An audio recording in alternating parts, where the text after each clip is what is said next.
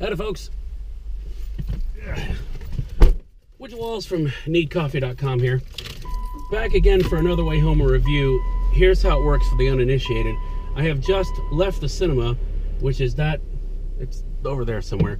And I have seen a film, and I'm going to tell you about that film on my way home.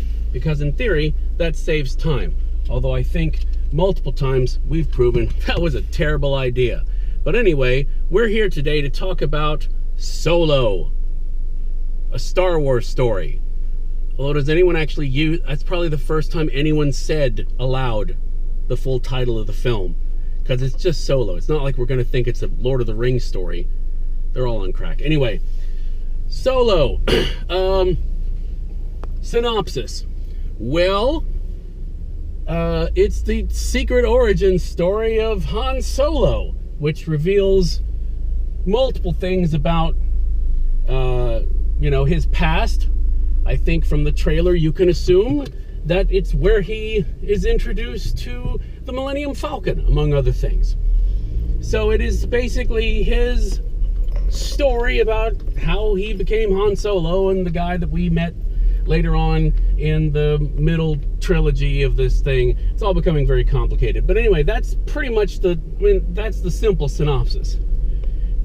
Without getting into details that would just bore you to tears. So, okay. By the time I'm recording this, the box office has already happened. Everyone has gleefully pointed out that people must be tired of Star Wars because Solo did not do well. I do not feel completely qualified to say what I think may have caused the box office not to be so great. I mean, my qualifications have never stopped me from opening my trap before, so I'll have a shot at it. I'm wondering if the marketing might have been at fault, because spoiler alert for the rest of this review, I had a good time, and I enjoyed the film. I don't know what everyone who didn't enjoy it was looking for exactly. It kind of does what it says it's going to do on the tin. So, people are a mystery. Anyway, so here's the deal with this. I think this has been the biggest challenge as far as doing one of these prequels, offquel, whatever the hell you want to call them, quels. This has been the biggest one because everyone has been, well, I mean, Harrison Ford owns Han Solo. I mean, he is Han Solo. And, I think Alden, the guy who plays young Han, I guess, younger Han than he was when we met him, I thought he did an excellent job, and he was basically walking into a role that no matter what he did, it was going to be wrong. Because last time I checked, he is not Harrison Ford. I have seen the two of them in the room at the same time. It's not like, it's not like they've CG de-aged him and called him Alden. So, you automatically have problems going into it with people being unhappy about that idea. To which, to a certain extent, I can understand, because it's kind of hard to be Harrison Ford. I'm sure Harrison Ford sometimes finds it difficult to be Harrison Ford. But if you take that out of the equation, first of all, I thought Alden did a great job, considering, again, not Harrison Ford. If you take that out of the equation and look at it like, say, James Bond. Well, granted, I'm sure there were people that, after Sean Connery gave up being James Bond, that were very upset that Sean Connery was not James Bond, because, damn it, Sean Connery is James Bond. They were probably thrilled when, I would be amused if at some point somebody tried to do a Never Say Never Again and Harrison Ford came back and played Han Solo again. I don't know how you do that, but it would just amuse me. So, but I think once you get past that, you just have the film itself, which is fun. And it's inherently fun, not just, there are some ties to the rest of the franchise that we can't really go into here because a couple of them are pretty cool and don't need to be spoiled. But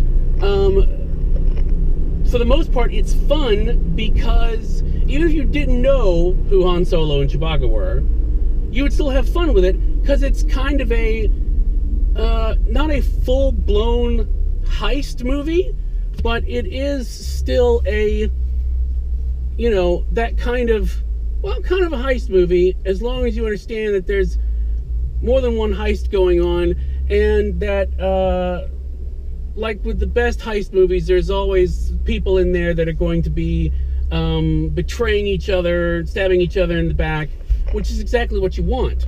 So again, I don't know what people thought they were getting, but it basically delivered on what it promised to me. You have an excellent supporting cast. Paul Bettany is a great villain. Woody Harrelson is a great elder statesman criminal, and also in this film. I'm kidding. And you also have Emilia Clarke is in it, who is fantastic. Thandie Newton is always good in everything. So you have and of course you have Donald Glover as Lando Calrissian, which you could do, and they might do. You could do an entire show. Well, first, I'd love a show. I'd love a weekly show. But you could do an entire film about Lando, and that's it. You have a show where it shows the origin story of each of his capes, and I would watch the hell out of that, Disney. I'm just saying. So you have hey, what's up? It's a fan. So you have a great cast. You have a fun story, and there weren't really a lot of what really can spoil one of these things for me is that you either break some of the rules that have been established for either the film itself or the franchise, which I don't believe they did. I'm sure there's probably some Star Wars geek out there who can prove me wrong, but so be it. But so that didn't happen. I thought the story was good. I thought there were some surprises in the story and some not surprises, which were still fine because they were surprising. So I really had fun with it, and to me that was all the film was supposed to be. It wasn't going to be, you know, as crazy and as punch in the face as Rogue One.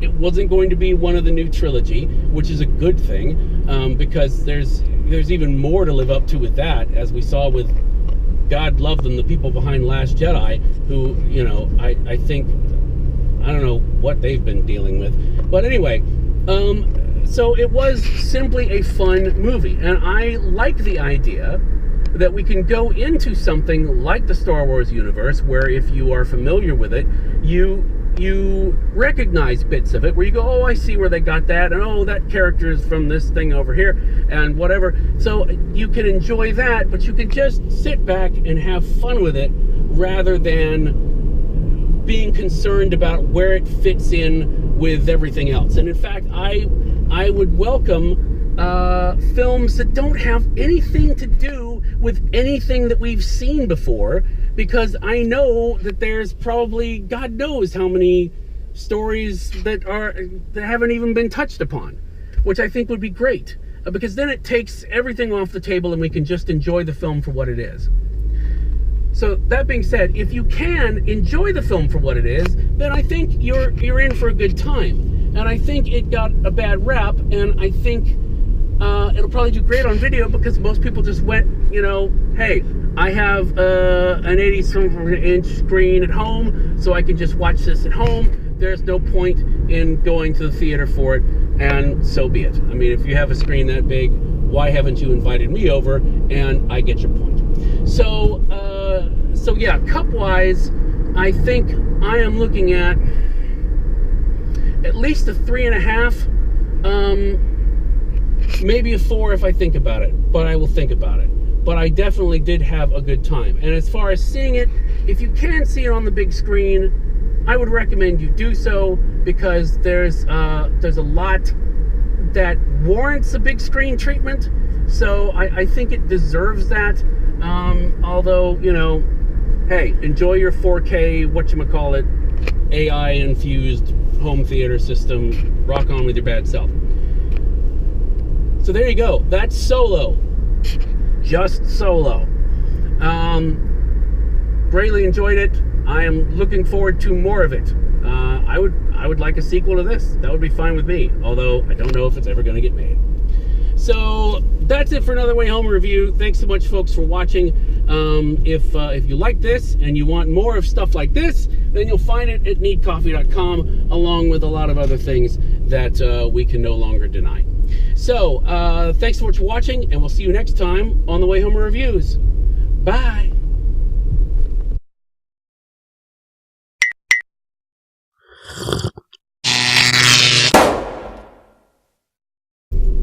Okay, so real quick, the guy who played Chewbacca is not only like 11 feet tall, but, and I didn't research this while I was going tinkle, I actually watched a Google autocomplete interview thing on YouTube. He apparently can speak Wookiee, or at least he can growl enough like Chewbacca and say their words that people believe him. And I don't know, he did the interview with Emilia Clarke, and they were both on some happy sauce. Or had just been awake for 36 hours doing a press junket. You be the judge. So I like him. I hope we see more of him. But yeah, there you go. Bye.